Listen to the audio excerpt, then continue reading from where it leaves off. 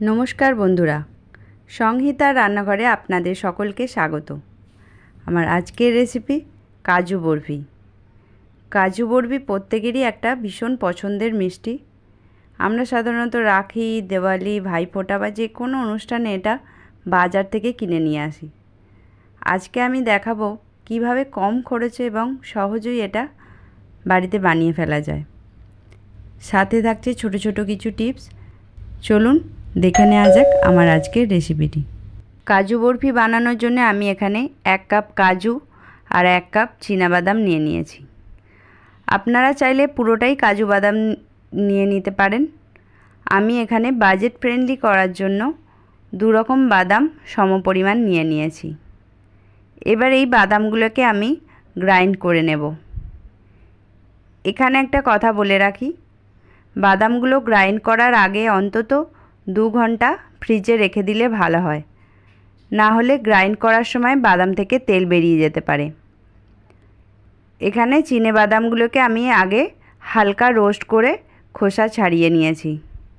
বাদামগুলো গ্রাইন্ড করার সময় খেয়াল রাখতে হবে বেশিক্ষণ ধরে একটানা গ্রাইন্ড করলে হবে না।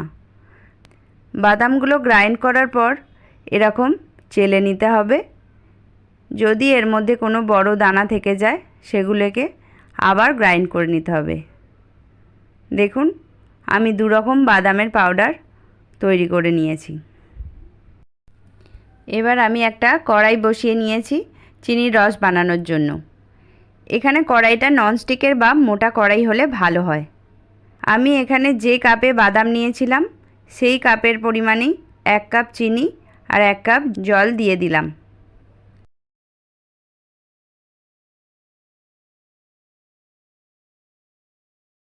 এবার আমি দিয়ে দিলাম 1/4 টিস্পুন এলাচের গুঁড়ো। এটা অপশনাল, আপনারা চাইলে নাও দিতে পারেন। আমি এটাকে 3 থেকে 4 মিনিটের জন্য এখন কুক হতে দেব। চলুন এই ফাঁকে আমরা বাদামের মিক্সচারটা রেডি করে নিই। আমি এখানে যে 2 রকম বাদামের পাউডার করে রেখেছিলাম সেগুলোকে একটা বড় প্লেটে মিশিয়ে নিচ্ছি।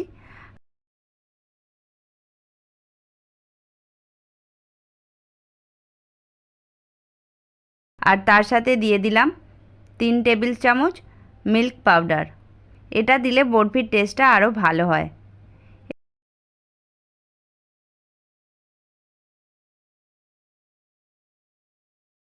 এবার এটাকে আমি ভালো করে মিশিয়ে নিচ্ছি।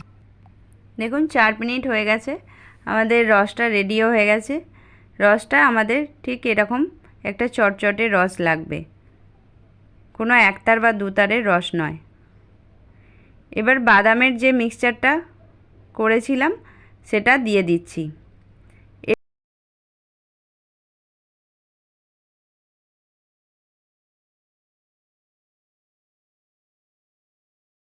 এটা দেওয়ার পর কন্টিনিউয়াসলি নেড়ে যেতে হবে, না হলে নিচে লেগে যাবে, কারণ কাজু বাদাম আছে।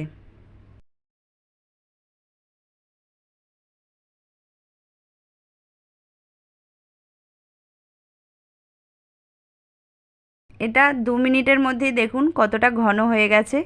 এবার আমি দিয়ে দিলাম 1 টিস্পুন ঘি। বেশি ঘি দেওয়ার এখানে প্রয়োজন নেই, কারণ বাদামের নিজস্ব তেল আছে।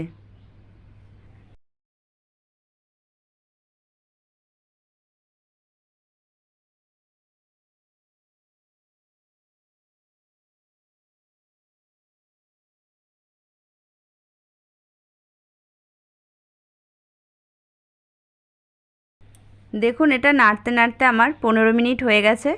মিক্সচারটাও কড়াই থেকে ছেড়ে যাচ্ছে আর একটা নরম মণ্ড হয়ে যাচ্ছে। এটার মানে আমাদের মিক্সচারটা প্রায় রেডি হয়ে গেছে, আর 1 থেকে 2 মিনিট রাখলেই হবে। দেখুন 2 মিনিট হয়ে গেছে। আমি এবার গ্যাসের ফ্লেমটা অফ করে দিলাম। এখন এই মিক্সচারটাকে ঠান্ডা করে নেব।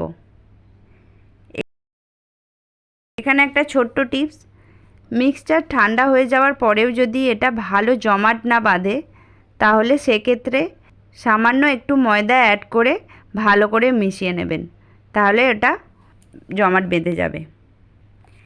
এবার আমি একটা বাটার পেপার নিয়ে নিয়েছি আর তাতে একটু ঘি ব্রাশ করে নিচ্ছি।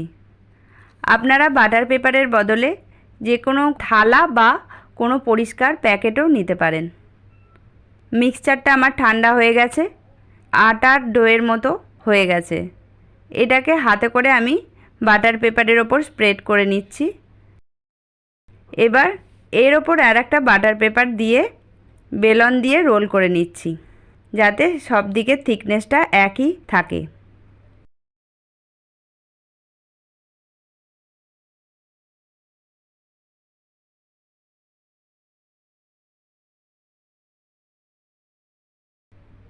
এবার দোকানের মতো লুক আনার জন্য আমি সিলভার লিফ লাগিয়ে দিচ্ছি। এটা পুরোপুরি অপশনাল, এটা খুব সাবধানে লাগাতে হবে, না হলে হাতে লেগে যেতে পারে।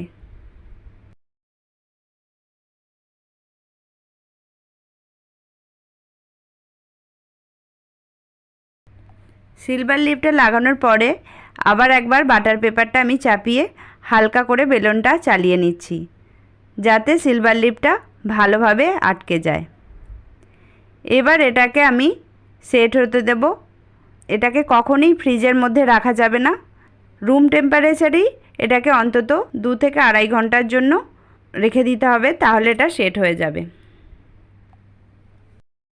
2 ঘন্টা পর আমার মিক্সচারটা একদম সুন্দর সেট হয়ে গেছে। এবার এটাকে আমি বরফির আকারে কেটে নিচ্ছি। আমি মিক্সচারটাকে প্রথমেই 2টো ভাগে ভাগ করে নিয়েছিলাম, একটাতে সিলভার লিপ লাগিয়েছিলাম আর একটাতে লাগাইনি। দেখুন আমাদের কাজু বরফি একদম রেডি। দেখুন এটা কতটা সুন্দর হয়েছে। আমি একটা ভেঙে দেখাচ্ছি, দেখুন এটা কতটা সফট হয়েছে। রেসিপিটা কেমন লাগলো অবশ্যই জানাবেন, ভালো লাগলে একটা লাইক দেবেন। আমার চ্যানেলে নতুন বন্ধু হলে চ্যানেলটা সাবস্ক্রাইব করার অনুরোধ রইল। পাশে থাকা বেল আইকনটা অবশ্যই প্রেস করবেন। আজকের মতো এই পর্যন্ত, ধন্যবাদ।